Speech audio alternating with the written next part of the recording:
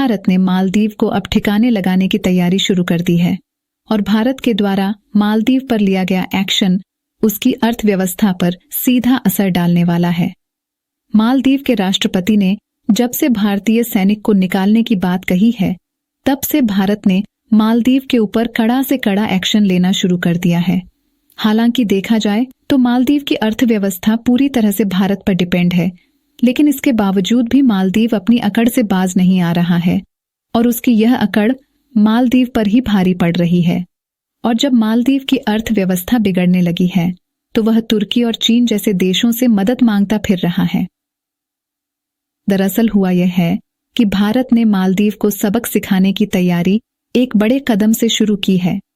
जैसे कि आपको मालूम होगा कि हाल ही में कुछ दिनों पहले भारत के प्रधानमंत्री नरेंद्र मोदी लक्षद्वीप के दौरे पर गए हुए थे। प्रधानमंत्री नरेंद्र मोदी लक्षद्वीप के दौरे पर एक टूरिज्म के रूप में गए थे, जहां पर उन्होंने समुद्र के किनारों का मनमोहक आनंद लेते हुए वहां के नए नए लोगों से मिलते हैं। और भारत का यही कदम मालदीव की अर्थव्यवस्था पर भारी पड़ रहा है और मालदीव अब चीन और तुर्की जैसे देश से मदद मांग रहा है। आपको बता दें कि मालदीव की जो ज्यादातर अर्थव्यवस्था है वह केवल टूरिज्म सेक्टर से ही बनी हुई है और वह भी केवल भारत के बलबूते, क्योंकि भारत के ज्यादातर लोग मालदीव में छुट्टियां बिताने जाते हैं, जिससे मालदीव को काफी बड़ा फायदा होता है। यही नहीं, इसके अलावा भी भारत के समुद्री रास्ते से मालदीव जाने वाले कार्गो शिप ने अपने रास्ते को बदलना शुरू कर दिया है। पूरी खबर क्या है, इस वीडियो में समझते हैं। आगे बढ़ने से पहले भारत जिस तरह से मालदीव को सबक सिखा रहा है, उसके लिए इस वीडियो को लाइक और चैनल को सब्सक्राइब जरूर कीजिए। दोस्तों, मुख्य खबर यह है कि जब तक मालदीव के पुराने राष्ट्रपति थे, तब तक मालदीव और भारत का रिलेशन काफी अच्छा था और भारत से छुट्टियां मनाने के लिए लाखों की तादाद में टूरिज्म मालदीव घूमने जाया करते थे और मालदीव की पूरी अर्थव्यवस्था केवल भारत के ही बलबूते टिकी हुई थी।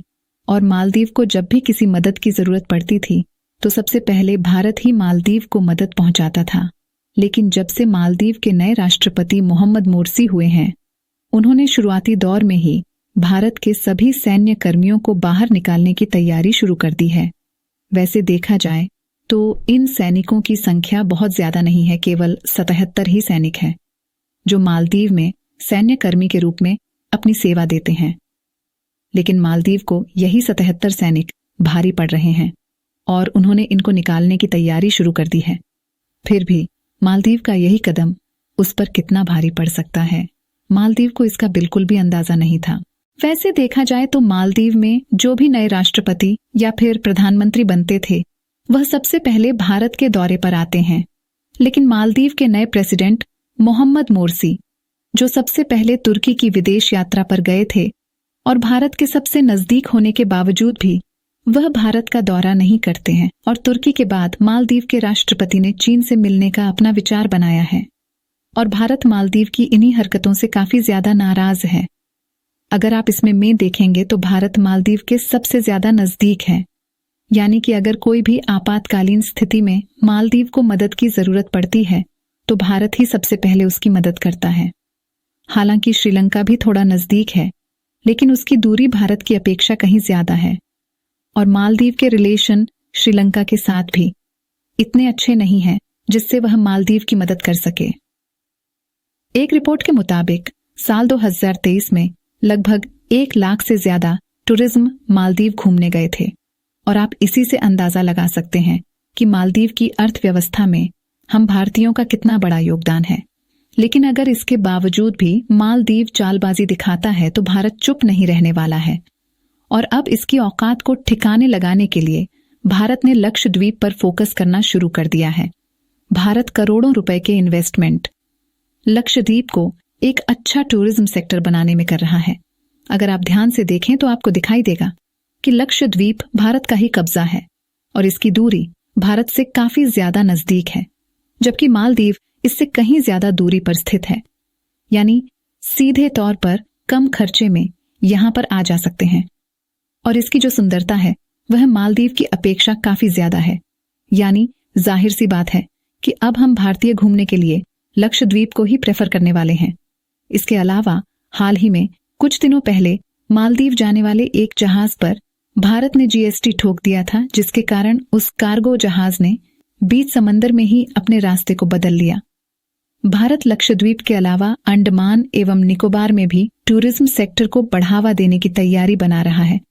आपको बता दें कि भारत मालदीव को प्याज, आलू, टमाटर और अन्य सभी खाने पीने के आइटम एक्सपोर्ट करता है और मालदीव खाने पीने की वस्तुओं में केवल भारत पर ही डिपेंड है। और ऐसे में अगर मालदीव किसी दूसरे देश से खाने पीने की वस्तुएं इंपोर्ट करता है तो उसकी ट्रांसपोर्टेशन कॉस्ट बढ़ जाएगी, यानी कि भारत मालदीव को सबसे कम दाम में खाने पीने की वस्तुएं एक्सपोर्ट करता है। अगर मालदीव तुर्की से भी खाने पीने की वस्तुओं इंपोर्ट करने के बारे में सोचता है तो सबसे पहले नुकसान ये है कि ट्रांसपोर्टेशन कॉस्ट बढ़ जाएगी। यहां तक कि भारत तुर्की को भी खाने पीने की वस्तुएं समेत ऑटोमोबाइल कंपोनेंट एक्सपोर्ट करता है और ऐसी स्थिति में भारत यह एक्सपोर्ट रोक भी सकता है, क्योंकि भारत को मिडिल ईस्ट समेत लगभग सभी अरब देशों का फ्री मार्केट एक्सेस मिला हुआ है, जहां पर भारत अपने प्रोडक्ट को ड्यूटी फ्री इंपोर्ट और एक्सपोर्ट कर सकता है। अगर मालदीव से भारत के इंपोर्ट को देखा जाए तो मालदीव भारत को केवल क्रूड ऑयल यानी कि कच्चा तेल एक्सपोर्ट करता है, और वह भी भारत अपनी बहुत ही कम जरूरत का क्रूड ऑयल मालदीव से इंपोर्ट करता है। और ऐसा इसलिए क्योंकि भारत को रसिया समेत कई सारे अरब देश ऑलरेडी सस्ते दामों में क्रूड ऑयल बेच रहे हैं, और वैसे भी अब क्रूड ऑयल की जरूरत धीरे धीरे खत्म होती चली जा रही है और इसकी जरूरत केवल इंडस्ट्री और फैक्ट्रीज में ही रह जाने वाली है, क्योंकि भारत समेत सभी देश रिन्यू एनर्जी पर काम करना शुरू कर चुके हैं और इसमें भारत की रिलायंस, अडानी ग्रुप और JSW जैसी बड़ी बड़ी कंपनियां ऑलरेडी पार्टिसिपेट कर चुकी हैं। और हाल ही में भारत ने UAE यानी कि संयुक्त अरब अमीरात से सीधे रुपए में कच्चे तेल को खरीदने की डील फाइनल की है, जिसमें आगे चलकर भारत सस्ते दामों में एक बड़ी मात्रा में क्रूड ऑयल खरीदने वाला है। इसके अलावा भारत खुद अब सेल्फ डिपेंड होना चाहता है और अंडमान निकोबार में रुके हुए तेल कुएं के प्रोजेक्ट पर फिर से काम स्टार्ट कर दिया है। जानकारों का मानना है कि यहां पर लगभग 3 मिलियन टन क्रूड ऑयल का भंडार मौजूद है, जिसमें ONGC, ओनेल इंडिया जैसी बड़ी बड़ी कंपनी ऑलरेडी ज्वाइंट वेंचर में काम करना शुरू कर चुकी है। एक तो पहले से ही मालदीव की अर्थव्यवस्था ठीक नहीं थी और इन्हीं सबके कारण और ज्यादा उसकी अर्थव्यवस्था बिगड़ने वाली है, यानी कि 2024 के शुरुआती दौर में ही मालदीव चीन और तुर्की जैसे देशों से भीख मांगता दिखेगा। और सबसे बड़ी बात यह है कि जब से भारत के प्रधानमंत्री ने लक्षद्वीप का दौरा किया है, तब से भारत के अलावा भी कई देशों में इसकी चर्चा चल रही है। बाकी आपको क्या लगता है, भारत ये कदम उठाकर सही कर रहा है या नहीं? अपनी राय कमेंट में जरूर बताएं और भारत के इस शानदार कदम के लिए वीडियो को एक लाइक जरूर करें और इस वीडियो को अपने मित्रों तक शेयर करें ताकि उन्हें भी जानकारी मिल सके, और चैनल को सब्सक्राइब करके बेल नोटिफिकेशन को ऑन ऑल पर जरूर रखें।